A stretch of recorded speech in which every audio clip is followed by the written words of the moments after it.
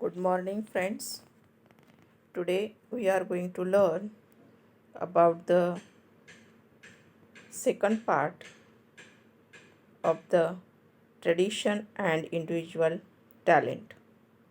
See, in the last part, we learned about how there is a combination of the catalyst agent, and we made a one combination that is called sulfur dioxide,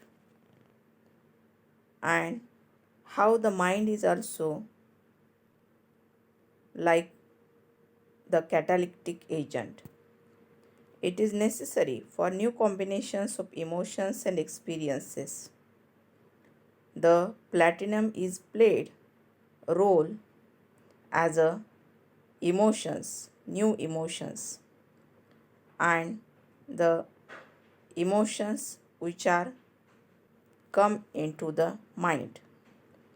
It is necessary for new combinations of emotions and experiences to take place, but it itself does not undergo any change during the process of poetic combination. Here, T.S. Eliot want to suggest about the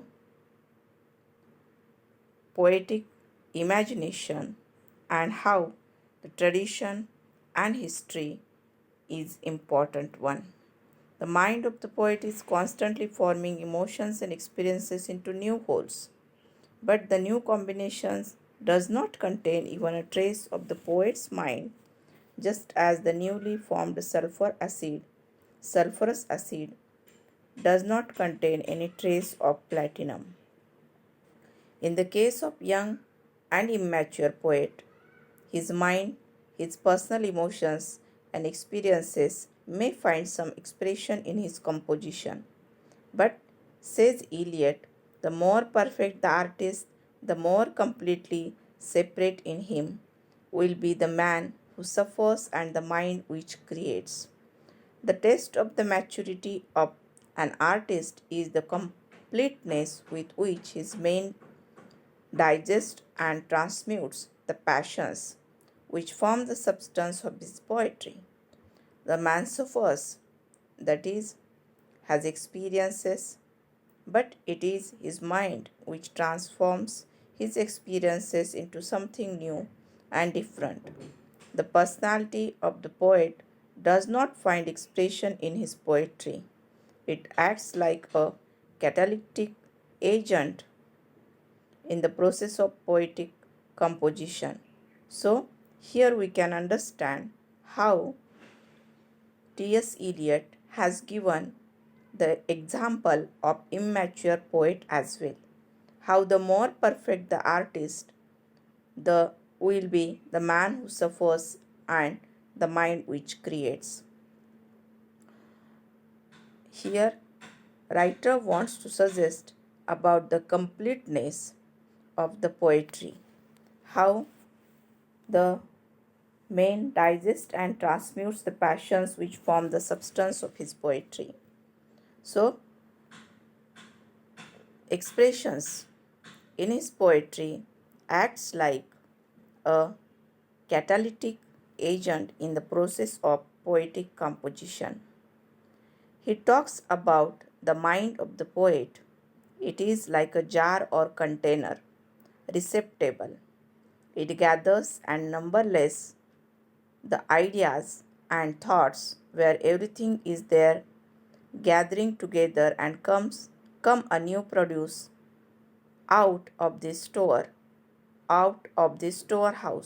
and organize new thing from this organization material. Here from the particular essay example is given, that is, if you compare fusion takes place. So the example of sulfurous acid, and now how the example of jar or container is compared with the mind of the poet. The poet is not required to introduce totally no emotion to separate to spread himself from his poem. When you write a poem, you should not pass through an experience, so you write it. For example, there are writers write about the misery of women although they do not experience it. See, here again, writer give an example of emotions and how poet can't deny his own emotions or detach from his own emotions. Rather, he add to it and he write it as his own experiences. Emotions and feelings are important in this particular essay of T.S. Eliot, Tradition and Individual Talent. Emotions and feelings especially related to the traditions. The experiences which enter the poetic process may be of two kinds, according to Eliot. There are poetic process and there may be of two kinds of experiences. They are emotions and feelings. Poetry may be composed out of emotions only or out of feelings only or out of both. T.S. Eliot here distinguishes between emotions and feelings, but he does not state what this difference is. Nowhere else is in his writings. Says A.G. George, is this distinction maintained? Neither does he adequately distinguish between the meaning of the two words. The distinction should be ignored, more so as it has no bearing on his impersonal theory of poetry. Poetry, an escape from personality and personal emotions. So, here T.S. Eliot talks about emotions and feelings and how poetry may be composed out of emotions only or out of feelings only. He bifurcates both the things, that is, emotions are different and feelings are different. And when he talks about the next part, poetry is an escape from personality and personal emotions. He talks about the depersonalization of the emotions. The poet concludes, poetry is not a turning loose of emotion, but an escape from emotion. It is not the expression of personality, but an escape from personality. Thus, Eliot does not deny personality or emotion to the poet, only he must depersonalize his emotions. There should be an extension of his personality.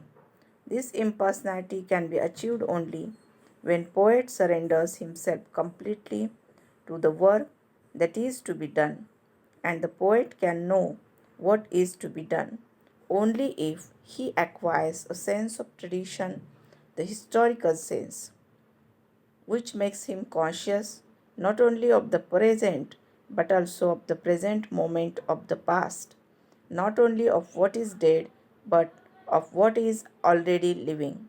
See, in the conclusion of the tradition and individual talent, writer suggests about the depersonalization of emotions, and at the same time the impersonality can be achieved only when poet surrenders himself completely to the work that is to be done. So here he gives importance to the sense of tradition, the historical sense, and present as well as the past of the writer or that particular poet. Here he not only gives importance to the what is dead but of what is already living. Thank you. Here we end about the particular essay, tradition and individual talent. In the next lecture, we will learn about the next part of the Introduction to Literary Criticism paper number 12 for your semester 6th. Till then, stay home, stay safe. Thank you.